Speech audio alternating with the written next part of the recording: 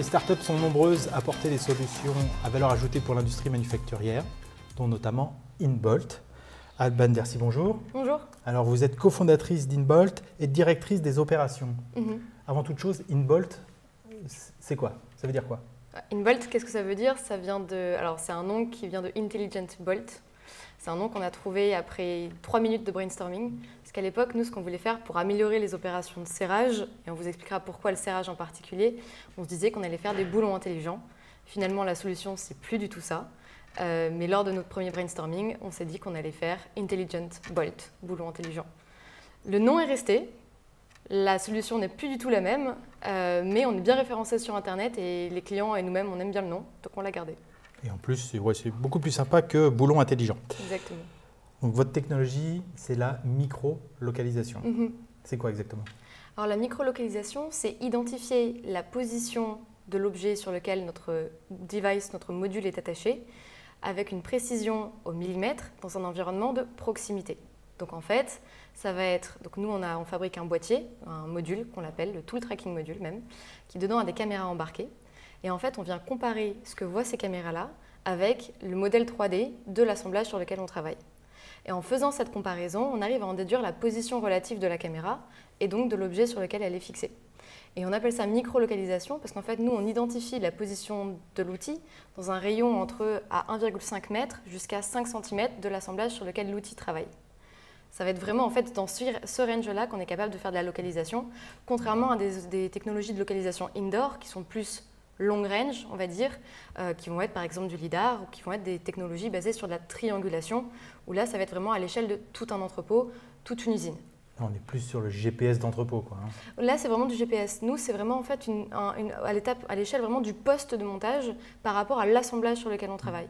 Et c'est pour ça en fait qu'on peut se servir vraiment de la CAO comme référence. La CAO qui est en fait un modèle, en fait une forme de données qu'on va avoir de la conception jusqu'au poste de travail, jusqu'au terrain. C'est ça qui est très intéressant en fait sur la micro-localisation. C'est qu'en fait de la donnée qu'on va utiliser à la conception est aussi utilisée par les opérateurs sur le terrain. Et qu'on est capable de suivre en fait ce qui se passe sur le terrain par rapport à cette donnée de CAO, cette donnée 3D. Guidage, contrôle qualité, enregistrement des infos, voilà, c'est 3 étapes. Exactement. En fait, comme on est capable de suivre en temps réel la position de l'outil que l'opérateur tient entre les mains, on est aussi capable de le guider en temps réel. Et donc, sur une interface, sur un écran, on va présenter et projeter le modèle 3D de l'assemblage avec des indications sur les opérations qui sont à faire. Je vais encore reprendre l'exemple du serrage parce qu'en fait, c'est là-dessus qu'on travaille énormément en ce moment.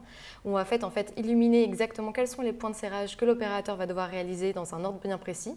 On va vraiment suivre en temps réel le déplacement de son outil, qui va pouvoir aussi voir sur l'interface en temps réel. On va valider que le serrage est bien fait au bon endroit, ça en temps réel, grâce à notre système et à notre technologie de micro-localisation. Et ensuite, on va enregistrer toutes ces données-là. On va aussi être capable de communiquer avec l'outil qui a appliqué le serrage dans notre système à nous. Donc en fait, on a le jumeau numérique parfait de l'opération d'assemblage qui a été effectuée. L'opérateur, il voit quelque chose, enfin on lui affiche quelque chose? Ouais, donc sur un écran, en fait, en plus d'avoir le boîtier sur son outil, il va y avoir un écran qui sont souvent déjà au poste de travail ou un affichage qui va être aussi disponible sur tablette ou sur smartphone s'il l'a à disposition. Et en fait, on va être capable d'afficher en temps réel vraiment la gamme de montage qu'il va devoir réaliser avec le modèle numérique, la CAO de l'assemblage sur lequel il travaille. Et en temps réel, à chaque fois qu'il fait une étape, à chaque fois qu'il fait un serrage, à chaque fois qu'il fait un rivetage, il va voir cette gamme numérique se mettre à jour et se valider en temps réel. Ok, on le guide pas à pas, enfin on le suit pas à pas et on le guide. Exactement, il peut tout le temps se référer à l'écran s'il ne l'a pas déjà devant lui pour avoir vraiment ce guidage temps réel, ce qui est en fait un grand avantage pour les opérateurs qui doivent monter en compétences plus rapidement, si on parle par exemple des intérimaires qui changent très souvent, ou si on parle de beaucoup de variétés dans les séquences de montage qu'on retrouve de plus en plus en fait dans l'industrie, en fait avoir ce guidage dynamique, ludique, temps réel, ça permet en fait de vraiment réduire le temps de cycle et réduire les erreurs. Il y a des limites en termes d'utilisation du matériel. Quand il y a de la vision, souvent on est un peu embêté avec les éclairages, des choses comme ça? Alors, pas sur la vision 3D. Donc nous, les limites qu'on va voir, on n'a pas du tout les mêmes limites qu'on a avec la vision 2D où en effet l'éclairage joue énormément. Nous, le cœur de la techno, c'est vraiment de la vision 3D et c'est pour ça qu'on parle vraiment de CAO comme référence et pas de prise de photo. Et en fait, la 3D, elle va être plutôt mise à épreuve quand on va travailler sur des surfaces qui sont planes, sur lesquelles il n'y a pas de relief, ou des surfaces qui sont 100% symétriques. Et dans ce cas-là, on aura du mal à casser la symétrie, c'est-à-dire à savoir avec précision où est-ce qu'on se trouve par rapport à l'assemblage. Les applications sont multiples. Ouais. On parlait de contrôle qualité, il y a autre chose. Ça peut aussi s'appliquer à des outils comme de la robotique. Oui, exactement. Aujourd'hui, on s'occupe beaucoup des opérations manuelles parce que c'est celles qui ont vraiment besoin de cette fiabilité et de cette traçabilité. Mais à terme, on va vraiment aller dans la robotique aussi parce qu'en fait, la robotique a aussi besoin d'un système de positionnement qui est en fait le même cœur technologique sur lequel on va venir travailler, sur lequel on travaille déjà avec les opérations manuelles. On va venir fixer notre boîtier sur tout type de bras robotisés.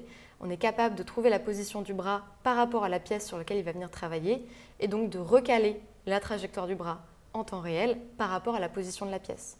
En fait, on va de plus en plus venir travailler sur des lignes de production qui sont au défilé, par exemple, ou sur des assemblages qui sont posés sur des AGV qui vont bouger sur une ligne de production et donc qui n'ont pas toujours la même place ni la même orientation par rapport à la cellule, au bras qui est dans sa cellule. De même, les bras peuvent de plus en plus bouger en fait sur des lignes de production. Et donc en fait, il faut toujours en permanence réaligner la position du bras par rapport à la position de l'assemblage, par rapport à une trajectoire programmée. Et nous, chez InBolt, on est capable de se faire ce réalignement en temps réel et de façon précise. Et sans référence, sans cible. Sans marqueur, exactement. Et tout le cœur de la technologie, c'est markerless. Pas besoin d'apprentissage, pas besoin de marqueur, pas besoin de référence. On est juste en prenant une photo 3D de l'assemblage et en la comparant avec le CAO, en temps réel, on trouve la position relative du bras ou de l'outil de l'opérateur. Et j'imagine qu'avec un petit peu d'intelligence artificielle par-dessus, on apprend Exactement. de son activité. Exactement, exactement. En fait, avec l'intelligence artificielle qu'on est en train de mettre de plus en plus, ça nous permet de pouvoir traiter de plus en plus de modèles 3D, de pouvoir traiter de différentes géométries, d'aller beaucoup plus vite dans le tracking, dans la localisation, d'être beaucoup plus précis et plus robuste aussi. Parce qu'il faut savoir qu'un opérateur, lorsqu'il va faire ses opérations manuelles, il va aller très très vite. Il peut commencer n'importe où, il peut tenir son outil vraiment comme il veut. Et c'est vraiment de s'adapter à ces cas d'usage-là. InBolt, dans 5 ans, c'est quoi? InBolt, dans 5 ans, c'est une grosse boîte. Dans 5 ans, InBolt, ce sera un standard. Ce sera un standard de par à la fois notre hardware qui va être industrialisé, miniaturisé, qui va pouvoir aller vraiment sur tout type d'outils, avec un form factor qui peut s'adapter facilement à tout type d'opération, tout type d'outils, sans gêner l'opérateur. Pour nous, c'est vraiment le plus important. C'est vraiment d'aller sur tout poste de travail. Pas uniquement les postes de travail où c'est complexe et critique de réaliser les gammes de serrage ou les opérations d'assemblage, mais vraiment tout poste de travail où il y a besoin de la donnée, où il y a besoin de la traçabilité. Et nous, aujourd'hui, on est capable de remonter cette donnée du terrain, avec une granularité qui n'existait pas du tout avant. Et avoir accès à cette donnée, ça permet de faire beaucoup de choses. Ça permet de faire de l'optimisation de process, d'identifier des récurrences d'erreurs. Ça permet du coup, en fait, vraiment de venir tirer des leçons du terrain. Et nous, on est capable du coup de donner tout ça. On va être capable en fait de faire vraiment, cette brique logicielle va vraiment faire l'interface entre on va dire des logiciels industriels qu'on va déjà trouver, qui sont des logiciels qui vont venir projeter par exemple des ordres de fabrication, des méthodes d'assemblage et les outils du terrain. Nous, on va récupérer l'information de ces logiciels-là, on va récupérer l'information des outils du terrain, on va faire tout le suivi temps réel de ce qui se passe concrètement sur le poste de travail. Donc vous qui rajoutez des yeux aux outils, on vous souhaite le même succès que GoPro. Merci beaucoup, Alban. Merci beaucoup.